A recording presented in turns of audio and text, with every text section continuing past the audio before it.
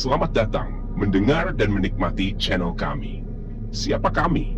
Kami hanyalah sekelompok manusia yang hidup di dalam bayangan. Kami bisa siapa saja, bisa orang yang ada di sebelah kalian, keluarga kalian, teman kalian, sahabat kalian, pasangan kalian, atau orang yang kalian kenal. Mari kita mulai pembahasan kita. Secara historis, istilah Wahabi memang erat kaitannya dengan upaya dari berbagai pihak untuk mendiskreditkan gerakan reformasi yang dipimpin oleh Muhammad bin Abdul Wahab di Semenanjung Arab pada abad ke-18. Salah satu pihak yang diyakini memainkan peran dalam penciptaan istilah ini adalah Kesultanan Utsmani, yang pada masa itu memiliki pengaruh besar di dunia Islam dan memiliki afiliasi kuat dengan beberapa kelompok sufi. Beberapa di antaranya juga berhubungan dengan komunitas Syiah di wilayah kekuasaan Utsmani.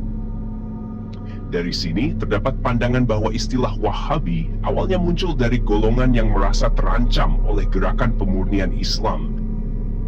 Latar belakang historis: Muhammad bin Abdul Wahab berusaha memurnikan ajaran Islam dengan menentang praktik-praktik yang merupakan bentuk bidah, inovasi dalam agama, dan syirik, kemusyrikan, termasuk penghormatan berlebihan terhadap kuburan para wali yang banyak dipraktikkan oleh komunitas sufi.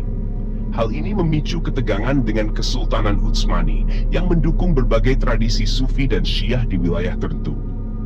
Karena gerakan dianggap berpotensi menggerus kekuasaan politik dan pengaruh religius mereka di dunia Islam.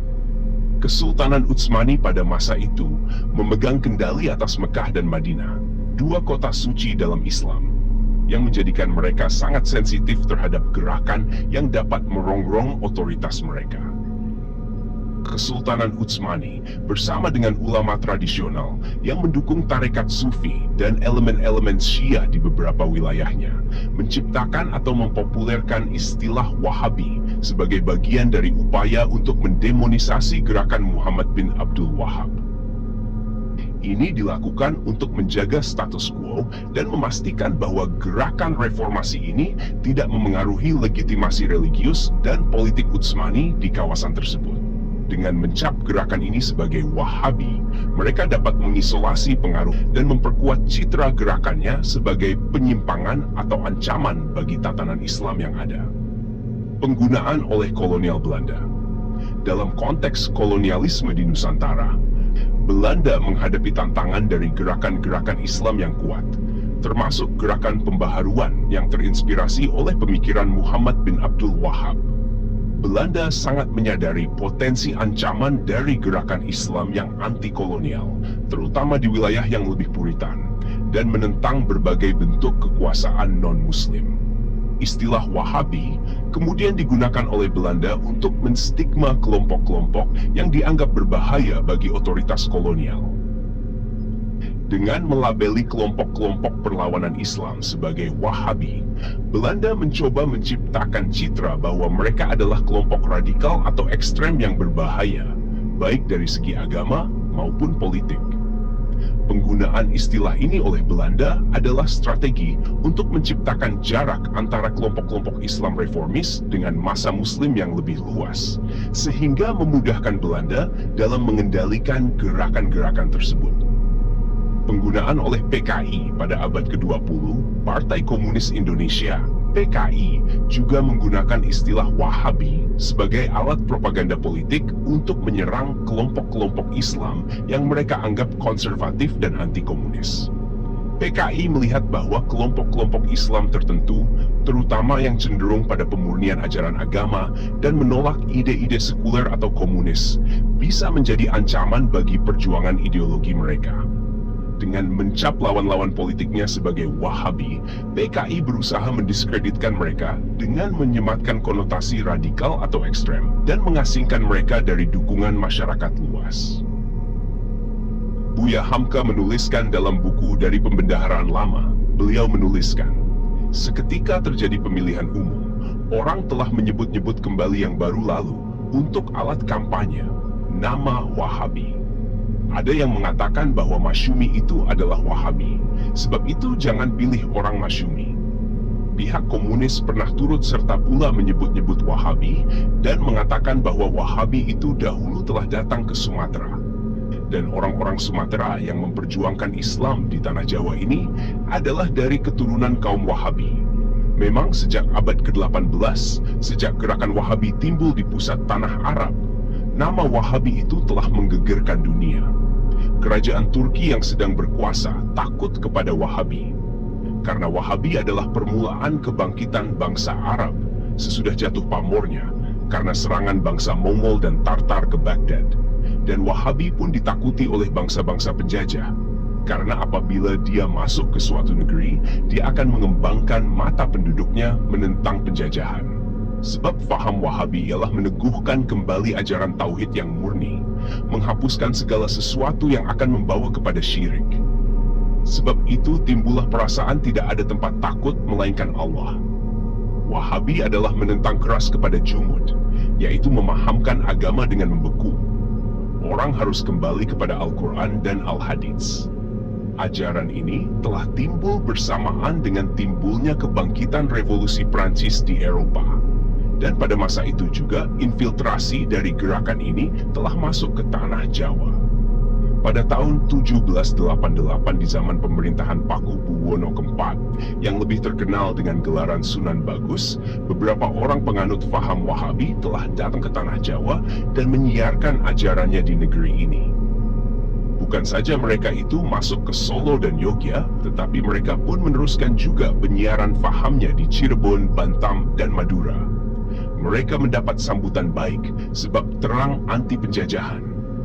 Sunan Bagus sendiri pun tertarik dengan ajaran kaum Wahabi. Pemerintah Belanda mendesak agar orang-orang Wahabi itu diserahkan kepadanya. Pemerintah Belanda cukup tahu apakah akibatnya bagi penjajahannya jika faham Wahabi ini dikenal oleh rakyat. Padahal ketika itu perjuangan memperkokoh penjajahan belum lagi selesai. Mulanya Sunan tidak mau menyerahkan mereka. Tetapi mengingat akibat-akibatnya bagi kerajaan-kerajaan Jawa, maka ahli-ahli kerajaan memberi advice kepada Sunan supaya orang-orang Wahabi itu diserahkan saja kepada Belanda. Lantaran desakan itu, maka mereka pun ditangkapi dan diserahkan kepada Belanda. Oleh Belanda, orang-orang itu pun diusir kembali ke tanah Arab. Tetapi di tahun 1801, artinya 12 tahun di belakang, kaum Wahabi datang lagi. Sekarang bukan lagi orang Arab, melainkan anak Indonesia sendiri, yaitu anak Minangkabau, Haji Miskin Pandai Sikat, Agam, Haji Abdurrahman Piabang, Lubuk 50 Koto, dan Haji Muhammad Haris Tuanku Lintau. Mereka menyiarkan ajaran itu di Luhak Agam, Bukit Tinggi, dan banyak beroleh murid dan pengikut. Di antara murid mereka ialah Tuanku Nan Renceh Kamang dan Tuanku Samik 4 Angkat.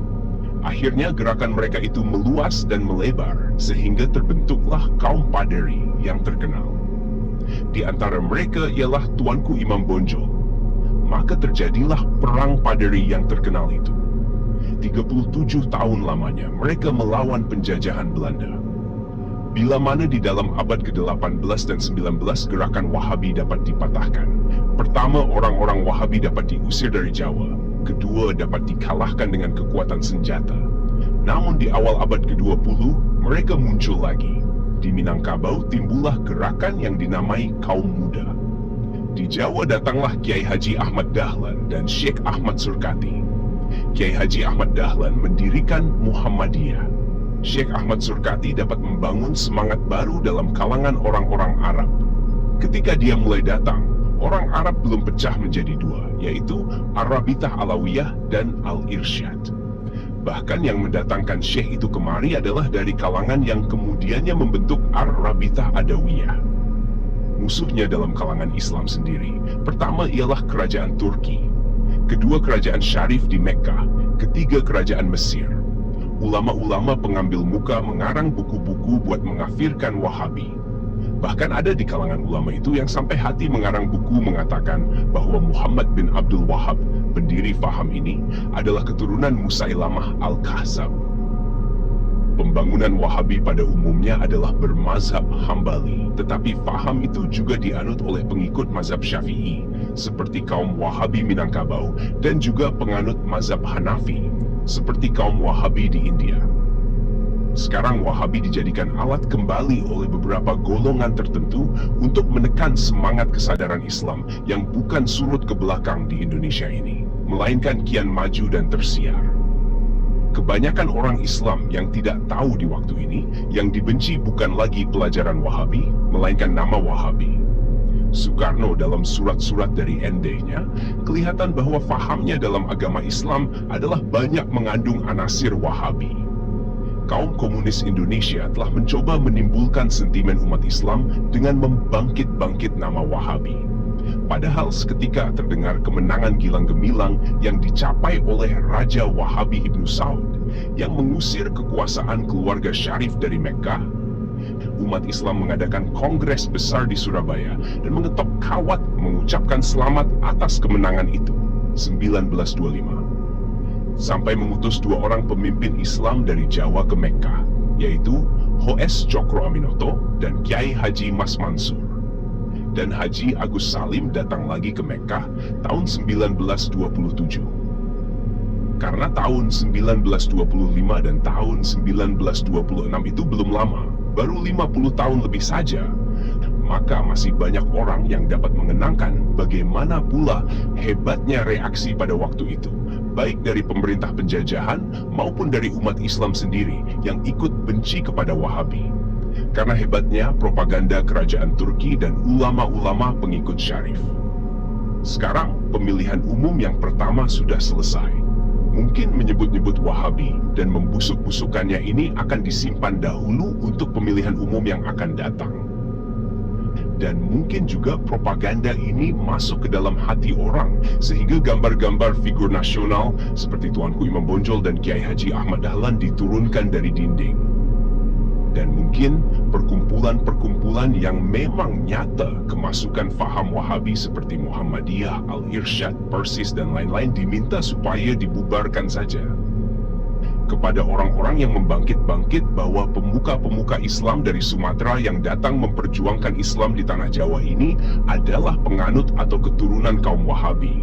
Kepada mereka, orang-orang dari Sumatera itu mengucapkan banyak-banyak terima kasih. Sebab kepada mereka diberikan kehormatan yang begitu besar. Sungguh pun demikian, faham Wahabi bukanlah faham yang dipaksakan oleh muslimin, baik mereka Wahabi atau tidak. Dan masih banyak yang tidak menganut faham ini dalam kalangan masyumi. Tetapi pokok perjuangan Islam, yaitu hanya takut semata-mata kepada Allah dan anti kepada segala macam penjajahan, termasuk komunis, adalah anutan dari mereka bersama. Kesimpulan, istilah Wahabi pada dasarnya berkembang sebagai alat politis yang digunakan oleh berbagai kekuatan yang merasa terancam oleh gerakan pembaruan Islam yang dibawa oleh Muhammad bin Abdul Wahab. Awalnya, kelompok-kelompok yang terafiliasi dengan Kesultanan Utsmani, termasuk beberapa golongan Sufi dan Syiah, menggunakan istilah ini untuk mendiskreditkan dakwah tauhid agar tidak kehilangan pengaruh di semenanjung Arab. Belanda kemudian mengadopsi istilah tersebut untuk kepentingan kolonial, guna menekan gerakan perlawanan Islam yang mengancam kekuasaan mereka. Sementara itu, PKI pada masa setelah kemerdekaan Indonesia menggunakan istilah ini untuk melabeli dan melemahkan kekuatan-kekuatan Islam konservatif yang menentang ideologi komunis. Dalam semua konteks ini, istilah Wahabi digunakan sebagai alat propaganda untuk menekan gerakan-gerakan Islam yang dianggap mengancam status quo, baik dalam aspek politik maupun ideologi.